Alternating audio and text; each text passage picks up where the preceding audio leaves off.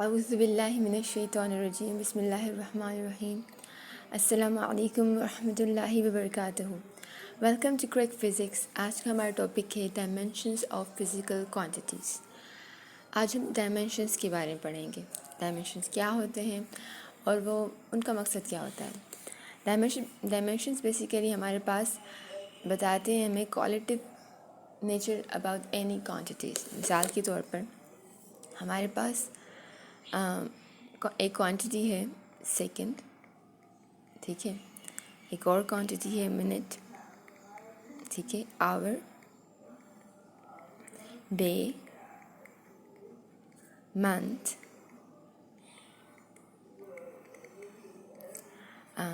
Year, decade,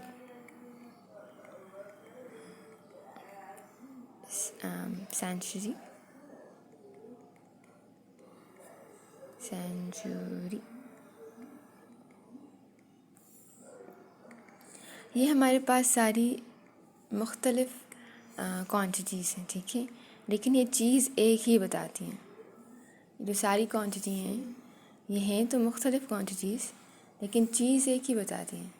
वो कौन सी चीज़ है? ये सब वक्त से बताती हैं कि ये टाइम, एक सेकंड टाइम है, मिनट टाइम है, आवर टाइम है, डे टाइम है। ये सब हमें टाइम बताती है, ठीक है।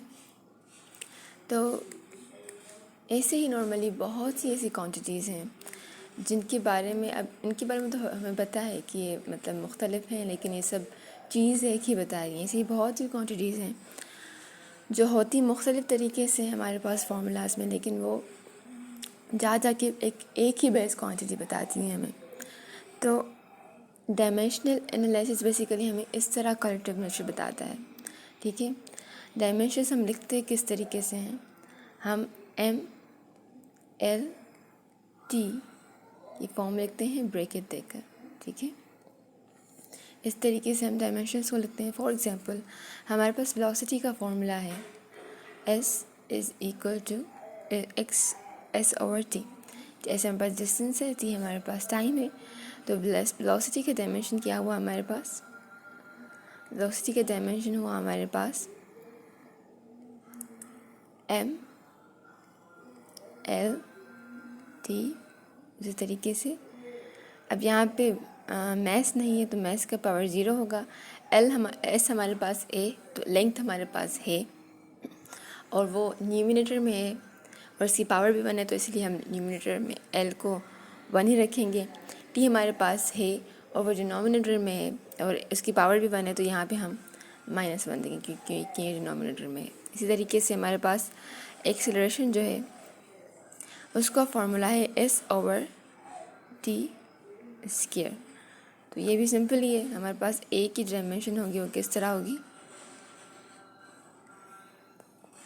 सिंपली हम एम एल टी लिखेंगे। एम हमारे पास 0 है, एल हमारे पास 1 मौजूद है और टी हमारे पास डिनोमिनेटर में है और उसकी पावर 2 है, तो यहाँ पे हम माइनस देंगे डिनोमिनेटर होने की वजह से और 2 देंगे क्योंकि उसकी पावर 2 है। इसी तरीके से हमारे पास फोर्स है, उसका फॉर्मूला है हमारे पास F is equal to M है। तो फोर्स जो है किस तरह लिखेंगे?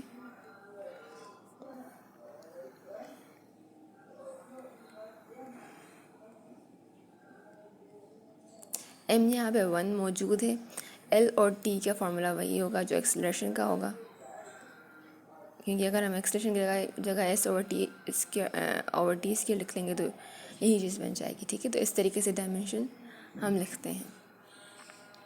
अब डायमेंशंस का एक और काम है, ये बेसिकली हमारे पास क्या चेक करता है?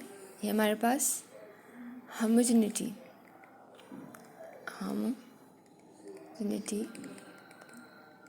ऑफ फिज़िकल क्वांटिटीज़ बताता है कि हमारे पास जो फॉर्मूला हमने लिखा है आया कि वो करेक्ट है कि नहीं। यहाँ पे एक एग्जांपल गिवन है, उससे ही हम बेहतर समझ में आएगा। मिसाल के तौर पर हमें यहाँ पे किसी भी स्ट्रिंग में जो ट्रांसफ़र वेव है उसकी वेलोसिटी का फॉर्मूला गिवन है F into L over M. अब ये चेक करना है कि यहाँ पे ये फॉर्मूला ठीक है या गलत है। अब ये किसी हम चेक करेंगे, हम सिंपली इनका डायमेंशनल एनालिसिस करेंगे, ठीक है। F और यहाँ पे L और यहाँ पे M और ये पूरी की पूरी इसकी पावर 1/2। वेलोसिटी का क्या फॉर्मूला क्या था हमारे पास, M L1 T -1, ठीक है। हमारे पास फोर्स का क्या था, N L T -2। और इस तरीके से हमारे पास लेंथ का क्या होगा, M भी 0 होगा, L हमारे पास 1 होगा, T भी हमारे पास 0 होगा, ठीक है। और सर की पावर 1/2। और इसके नीचे हमारे पास जो मैस होगा वो किस तरह लिखेंगे हम, मैस हमारे पास 1 होगा, L भी 0 होगा, T भी 0 होगा। मैस यहाँ से कट जाएगा, ठीक है। और बाकी तो खैर कुछ नहीं करेगा क्योंकि ये भी 0 है, ये तो मतलब मौजूद ही नहीं है ना। तो L और T -1 हमारे पास ये रहा। यहाँ पे क्या बचा, यहाँ पे बचा L यहाँ पर से मल्टीप्लाई होंगे और ये हमारे पास है, ये भी 0 है बेसिकली, तो यहाँ पे ये दोनों मल्टीप्लाई होंगे, M L square T -2 bracket close. और 100 के ऊपर हमारे पास 1/2 की पावर है, जो कि हम पावर्स कैंसिल कर देते हैं। तो हमारे पास ये चीज़ जो चीज़ है वो एक ही बन जाती है M। तो इससे हमने फॉर्मूला की करेक्टनेस जो है वो चेक कर ली डायमेंशनल एनालिसिस की। डायमेंशन एक और चीज़ में हमारे पास काम आता है मिसाल के तौर पर। अब इसकी भी कंडीशंस हैं लेकिन पहले हम इसको देख लेते हैं। मिसाल के तौर पर ये हमें किसी भी फार्मूला को ड्राइव करने में, driving of any formula, driving of a possible formula, किसी पॉसिबल फार्मूला को हमें ड्राइव करने में मदद करता है। मिसाल के तौर पर यहाँ ये कह रहे हैं हमें कि टाइम पीरियड जो है किसी भी पेंडुलम का वो डायरेक्टली प्रोपोर्शनल है हमारे पास लेंथ ऑफ द पेंडुलम की। हमारे पास जो पेंडुलम का बॉब होता है उसके, पेंडुलम बेसिकली होती क्या चीज़ है, हमने बहुत बार बनाई है, एक बार फिर बना लेते हैं। हमारे पास एक चीज़ है, मेरे पास एक चीज़ है, एक वर्टिकल चीज़ है जिससे हमारे पास जो बॉब है, जो पेंडुलम है वो लटका हुआ है और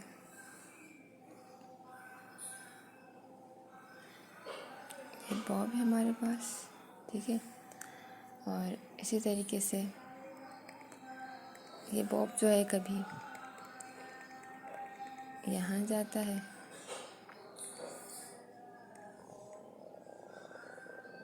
ठीक है। तो ये इसकी मेन पोजीशन है।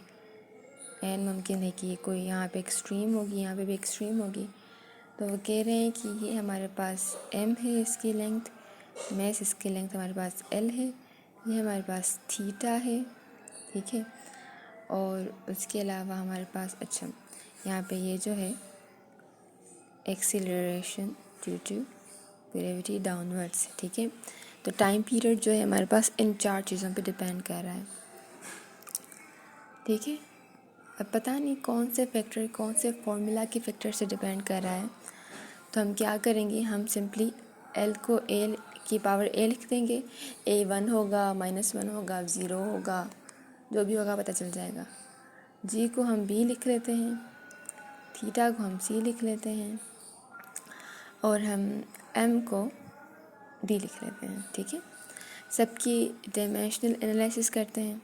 हमारे पास जो टी है वो सिंपली टी होगा। ठीक है, लाल हम एम एल टी की फॉर्म में लिखते हैं, हम सिंपली टी लिख लेते हैं। ठीक है, यहाँ पे एल जो है, अच्छा अगर प्रोपोर्शनलिटी की साइन ख़त्म हो जाएगी तो ये कांस्टेंट आ जाएगा। हमारे पास एल जो है वो सिंपली एल ए हो जाएगा। जी जो है हमारे पास वो है एक्सेलरेशन का, हमारे पास क्या था, एल -2, ये बी आ जाएगा। हमारे पास जो थीटा है, हमारे पास वो डायमेंशनल लेस होता है, तो हमेशा 1 ही होगा। ठीक है, तो 1 की पावर जो भी हो ये हमेशा 1 ही आएगा। और मैथ जो है वो हमारे पास m होगा d की पावर में। अब कंपेयर करेंगे, देखिए यहाँ पे l 0 है, अगर t है तो m भी 0 होगा, l भी 0 होगा। ठीक है, इसको पूरा लिख लेते हैं नहीं तो। ठीक है, यहाँ पे l भी होगा, m भी होगा, लेकिन ये भी 0 होगा, ये भी 0 होगा। ठीक है, इन दोनों की पावर्स को हम कंपेयर करें, अगर m0 इज़ इक्वल टू, अब यहाँ पे m की वैल्यू सिर्फ d है।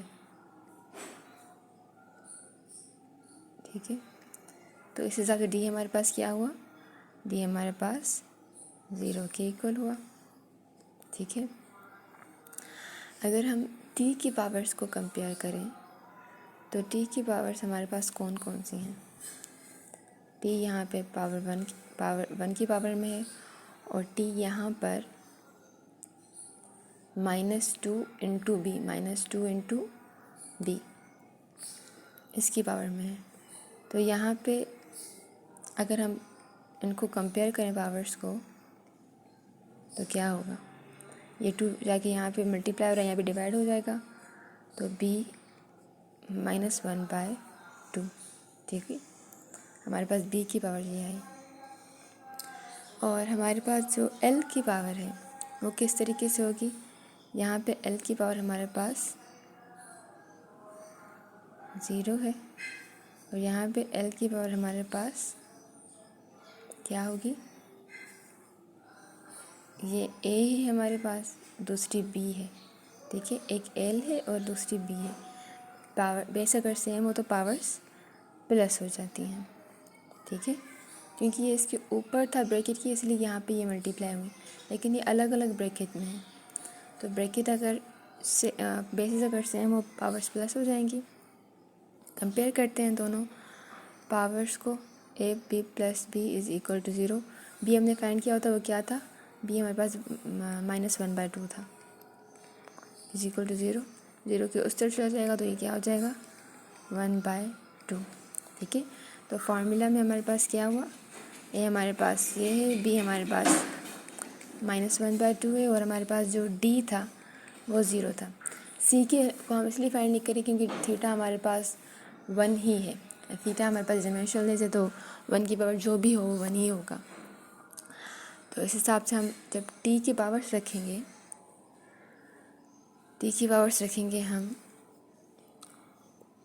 हम l लिखेंगे 1/2। ठीक है, हम g लिखेंगे -1/2, हम थीटा 1 लिखेंगे, और हम m लिखेंगे 0। 0 का पावर जो भी हो 1 हो जाता है। तो t हमारे पास क्या आएगा इस केस में, ये 1/2 मतलब √L है, ये 1/g√L है, तो सिंपली ऑफ कोर्स कांस्टेंट भी होगा यहाँ पर।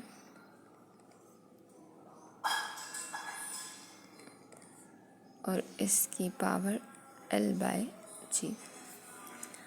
तो ये हमने फार्मूला ड्राइव कर लिया। अब ये ड्राइव करना आसान था क्योंकि हमारे पास फार्मूला में हमें तो एक रिलेशनशिप गिवन था, और इसके अलावा कांस्टेंट जो था वो कोई भी किसी भी किस्म की हमारे पास वो नहीं रख रहा था, मतलब डायमेंशन नहीं रख रहा था। यहाँ इस केस में कांस्टेंट हमारे पास डायमेंशनलेस है, इसीलिए ये पॉसिबल फार्मूला था जो कि हमने ड्राइव कर लिया इस मेथड के थ्रू। ठीक है, वैसे भी अगर हमारे पास रिलेशनशिप की कंडीशन सही तरीके से पता हो, मिसाल के तौर पे हमें यहाँ पे ये पता है, एक और एग्जांपल है, एक और एग्जांपल हमें यहाँ पे गिवन है, f is equal to 6 pi n r v। तो हमारे पास ये फॉर्मूला गिवन है एक, ये स्टोक्स लॉ है, हमारे पास ये ड्रेक फोर्स का फॉर्मूला गिवन है। किसी भी स्फेरिकल मतलब स्फेयर का जो रेडियस है वो है, ये वेलोसिटी है उसकी, ये हमारे पास एक स्पाई कांस्टेंट है, डायमेंशनलेस है, हमारे पास ये कांस्टेंट ऑफ प्रोपोर्शनलिटी है ईटा। अब इसका क्योंकि हमें इन सब का रिलेशनशिप पता है कि किस तरीके से एफ़ के साथ रिलेटेड है, तो हम यहाँ पे कांस्टेंट ऑफ प्रोपोर्शनलिटी का डायमेंशन फाइंड कर सकते हैं। कैसे करेंगे, एक साइड पे हम ईटा को लिख लेंगे, ठीक है, दूसरी साइड पे हम 6 पाई आर वी लिख लेंगे और इसकी पावर में हम एफ लिख लेंगे। डायमेंशनल एनालिसिस करेंगे हम, ईटा हमारे पास इस तरीके से होगा, 6 पाई डायमेंशनलेस है, वो नहीं हो जाएगा, और आर हमारे पास डायमेंशन ये होगा, वी की डायमेंशन हमारे पास इस तरीके से होगी, और हमारे पास फोर्स की डायमेंशन इस तरीके से लिखेंगे। ठीक है, अब डायमेंशंस लिख लेते हैं,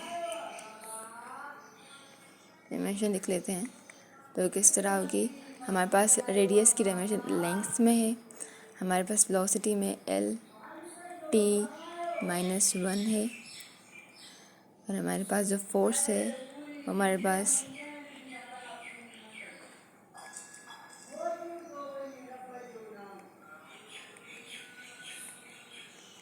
ये इस तरीके से। ठीक है, तो ये हमारे पास m l और t यहाँ पे माइनस में आ जाएगा, ये माइनस नंबर में, तो ये हमारे पास इसकी, तो ये हमारे पास कांस्टेंट ऑफ प्रोपोर्शनलिटी का डायमेंशन हमारे पास आ गया। ठीक है, तो क्योंकि फार्मूला का हमारे पास रिलेशनशिप गिवन था, इसीलिए हमने कांस्टेंट ऑफ प्रोपोर्शनलिटी की डायमेंशंस निकाली। ठीक है, तो इन सब चीज़ों पे हमारे डायमेंशंस जो है वो काम आती है। यहाँ पे हमारा चैप्टर ख़त्म होता है। इंशाल्लाह नेक्स्ट टाइम हम प्रॉब्लम्स और न्यूमेरिकल्स करेंगे। वीडियो अगर पसंद आई हो तो लाइक कीजिए, शेयर कीजिए और सब्सक्राइब कीजिए। मिलते हैं अगली वीडियो में, तब तक के लिए अल्लाह हाफ़िज़।